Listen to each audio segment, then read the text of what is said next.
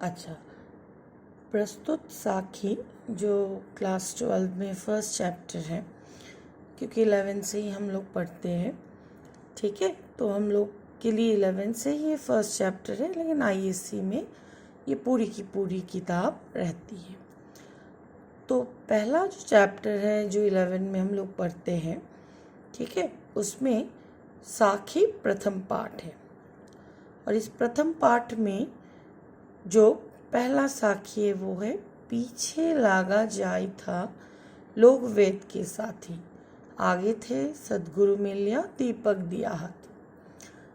देखो, कबीरदास जब हम पढ़ते हैं तो हम क्या देखते हैं, यहाँ उन्होंने सर्वप्रथम गुरु के बारे में, सदगुरु।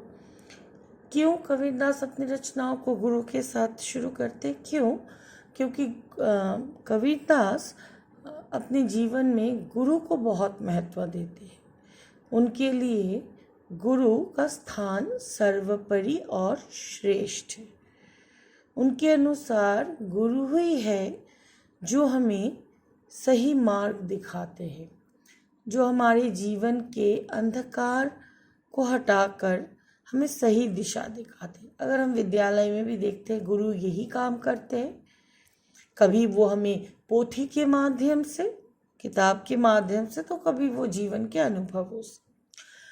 ठीक उसी तरह पहले साखी में कबीरदास ने यही कहा है, पीछे ला गया जाए था, मतलब मैं पीछे पीछे चल पड़ा था। हमारी मतलब हम साधारण मनुष्य क्या करते हैं, जो आगे के लोग करते हैं वही करते हैं। और हम अपने जीवन में मूलतः अपने वेद, पुराण, पौराणिक जो ग्रंथ है उनको बहुत महत्व देते हैं। और इसीलिए हम क्या करते हैं, उनको महत्व देते हुए उनको मानकर चलते हैं। कबीरदास जी कह रहे कि पीछे लागा जाय था लोग वेद के साथी। तो पीछे पीछे हम चल पड़े थे। लोग, वेद, पुराण, इन मान्यताओं को मानकर चलने वाले जो जन समुदाय, जो बाकी लोग हैं, तो मैं भी उन्हीं के पीछे चल पड़ा था। क्योंकि मुझे लगा सभी पौराणिक मान्यता और इतने सारे लोग जो जिस नियम और परिपाटी पर चल रहे हैं, क्यों ना मैं भी चलूं। तो वो चल पड़े थे दूसरे लोगों के साथ, दूसरे लोगों की मान्यताओं को देखकर उनके राह पर वो भी उनके पीछे पीछे चल पड़े थे। अचानक आगे उस मार्ग पर चलते हुए उन्हें सदगुरु मिल जाते। यहाँ से तात्पर्य क्या? सदगुरु। उन्होंने उनके हाथ में दीपक थमा दिया। दीपक दिया हाथी, हाथी मतलब हाथी नहीं, हाथी मतलब हस्त, मतलब तुम्हारे कर, तुम्हारे हाथों में। अर्थात सदगुरु ने उन्हें दीपक दिया, लेकिन ये कौन सा दीपक है? ज्ञान रूपी दीपक।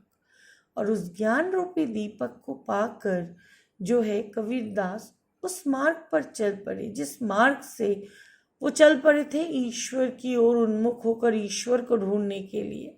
अब सदगुरु ने उन्हें मार्ग दिखा दिया, और उस दीपक को, ज्ञान रूपी दीपक, जिसने उनके जीवन से अंधकार को मिटा दिया, राइट। तो ज्ञान रूपी दीपक को लेकर वो चल पड़े थे उस राह पर, जिस राह से होते हुए वो अपने उस परम ब्रह्म, उस ईश्वर तक पहुंच पाए, जिससे मिलने के लिए वो व्याकुल है। इसका मतलब ईश्वर ही है, अर्थात गुरु ही है जो ईश्वर से मिलने के लिए हम व्याकुल होते हैं। तो गुरु के पथ मार्गदर्शन के बिना हम कभी भी ईश्वर तक पहुंच नहीं सकते हैं। इसीलिए कबीरदास अपने जीवन में गुरु को ईश्वर से भी बढ़कर मानते। इसीलिए उन्होंने कहा, गुरु गोविंदो खरे काके लागू पाए, बलिहारी गुरु आपने जिन गोविंदियों बताए। अंडरस्टूड? इसका मतलब हम क्या लिख सकते हैं अगर ये साखी तुम्हारे आईएससी में आ जाए, कि प्रस्तुत साखी में कबीरदास ने गुरु के महत्व को प्रतिपादित किया है। याद रखना है कुछ वर्ड्स जो कि कीवर्ड्स है, और उससे क्या होगा, तुम्हारे आंसर्स हाईलाइट हो जाएंगे। सेकंड देखो, कबीर बादल प्रेम का हम पर बरसाए।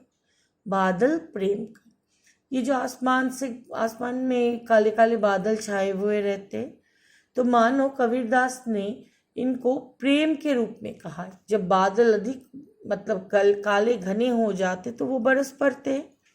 तो मानो ये प्रेम का बादल है, और ये प्रेम का बादल वो किसके लिए कह रहे हैं? ईश्वर के लिए।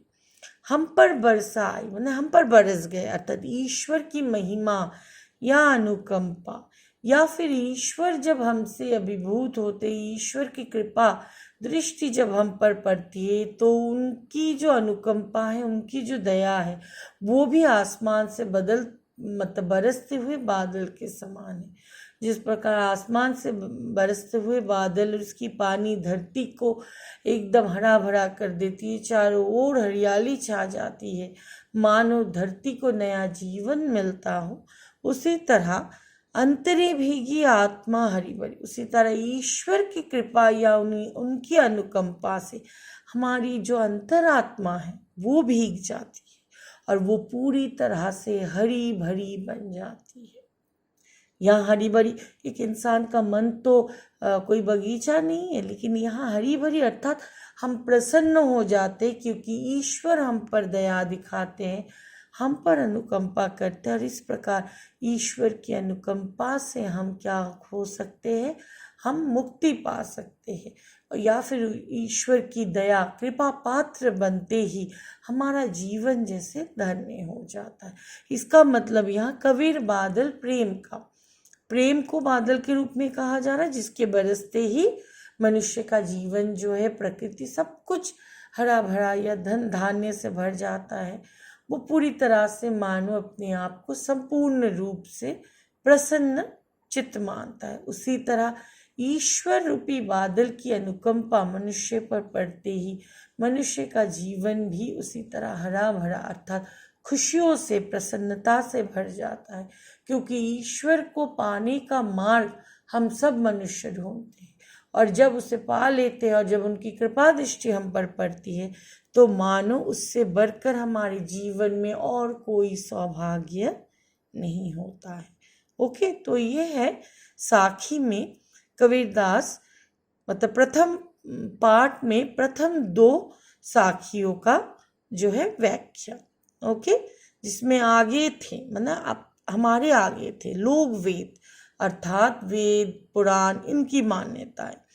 ठीक है, वर्षा आई अर्थात बारिश होना, अंतर्यात्मा अर्थात अंतरात्मा हमारी हरी भरी, एकदम हरा भरा हो जाना, हरियाली ग्रीनरी, बनराई मतलब हरा भरा होकर वो पूरी तरह से मानो एक सुंदर सा बगीचा जैसा बन जाता हो।